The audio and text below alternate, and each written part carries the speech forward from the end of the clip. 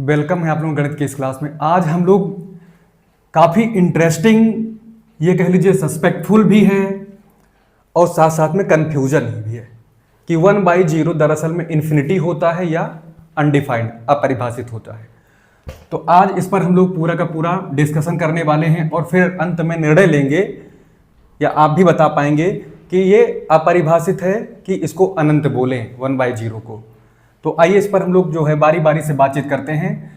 मतलब हम लोग 3 तरीके से इसको विभाजित किए हुए हैं और एक एक करके हम लोग इसका डिस्क्रिप्शन करने वाले हैं, डिस्क्राइब करने वाले हैं। तो सबसे पहले आते हैं यहाँ पर, इसके आधार पर हम बातचीत करने वाले हैं कि 1/0 को होना क्या चाहिए, वो समझने का प्रयास करते हैं। यहाँ से समझ में आता है कि आपका जो यहाँ पे डिनोमिनेटर है, हर है, देखिए यहाँ पे अगर 100/100 है तो 1 दे रहा है।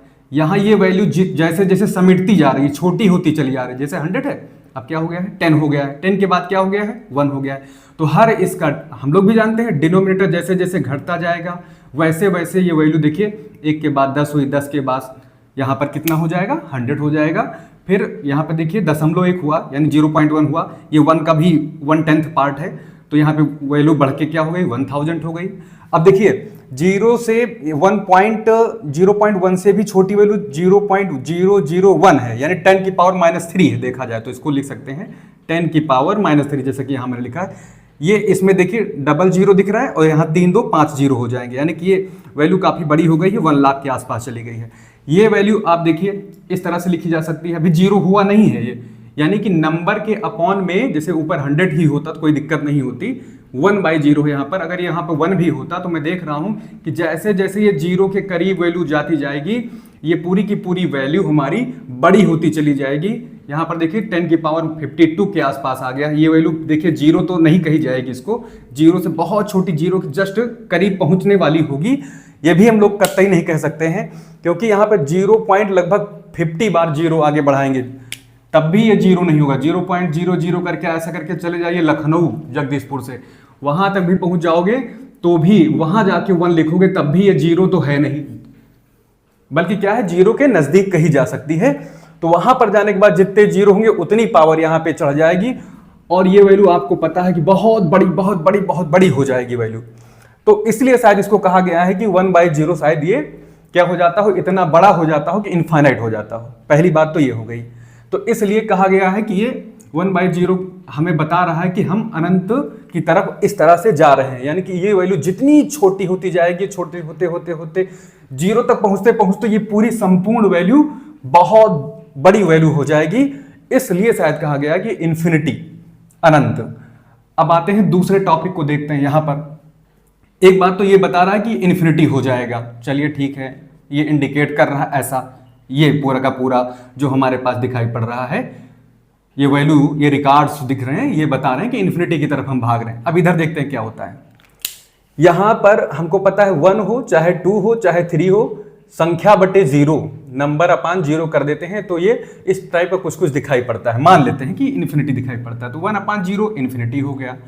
फिर हम चाहे तो 2/0 लिखें, चाहे कोई नंबर कर लें उसके अपॉन में 0 लिखें, तो भी अगर हम इसको मान ले इन्फिनिटी, तो इस हिसाब से इक्वेशन फर्स्ट और सेकंड गणितीय रूप से ऐसा दिखाता है प्रारंभिक तौर पे इनिशियली कि हमारे पास ये 1/0 2/0 अगर ये दोनों चीजें इक्वल हो गई हैं यहाँ से, तो फिर अगर हम मान लें कि 1/0 2/0 एक मैथमेटिकल रूल के अंतर्गत नहीं बढ़ रहा है उतना अच्छे से जो हायर एजुकेशन को जानते हैं, बट यहाँ मान लीजिए जैसे कि हम लोग सिंपलीफाई करते हैं कि यहाँ पर x/y और यहाँ पर मान लीजिए हमारे पास a/b है, ये दोनों इक्वल हैं और यहाँ पर ये ऊपर वाली नीचे वाली राशि कोई भी y कर लीजिए इसको, और यहाँ पे आ गया मान लेते हैं z।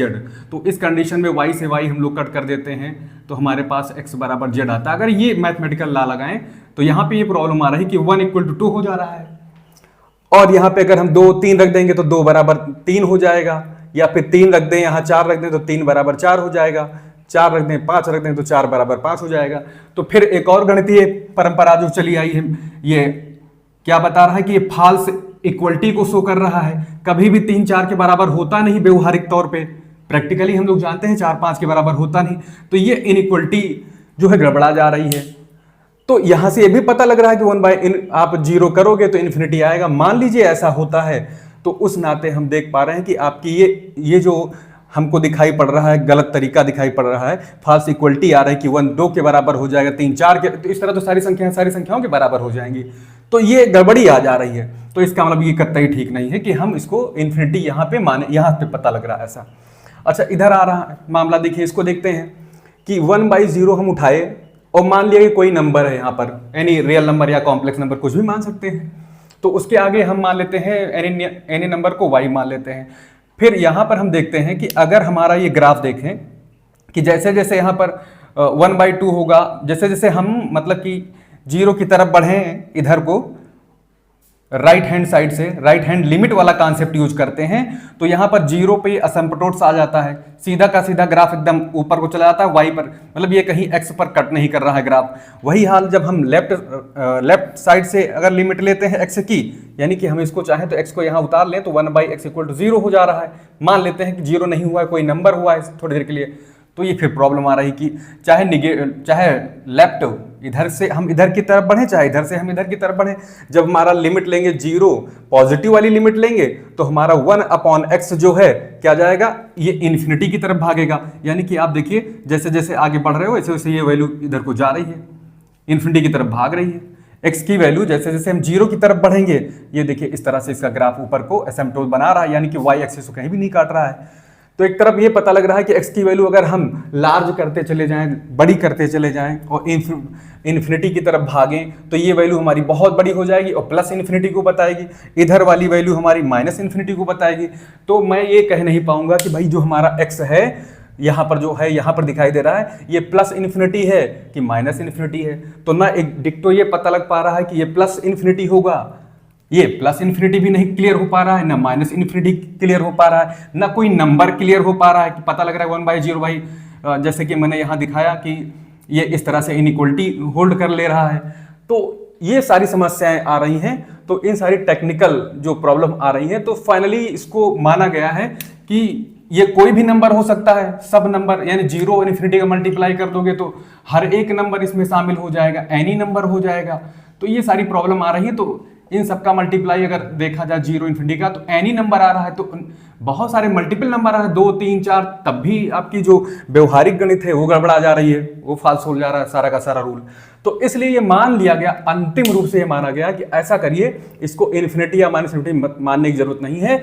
इस चीज को 1/0 को दरअसल अनडिफाइंड कर दिया गया, अपरिभाषित, कि इसकी कोई परिभाषा नहीं है, इसको परिभाषाओं में बांध नहीं सकते हो, कोई लिमिट नहीं है इसकी, किसी चीज में बांधा नहीं जा सकता 1/0 को, इसलिए इसको फ्री कर दिया गया। और फिर फाइनली क्या माना गया कि 1/0 को आज के बाद आप लोगों को क्या मानना है, अनडिफाइंड मानना है, अपरिभाषित मानना है, इन्फिनिटी नहीं। लिख सकते हो कभी न्यूमेरिकल सॉल्व करने में, ठीक है ना, बट हम इसको अनडिफाइंड ही मानेंगे। फाइनली हमारा जो जजमेंट आता है, जजमेंट का मतलब यूं मान लीजिए कि जो गणित में माना गया है, इन सारी प्रॉब्लम की वजह से हम लोग क्या मानते हैं 1/0 को, अपरिभाषित ही मानते हैं।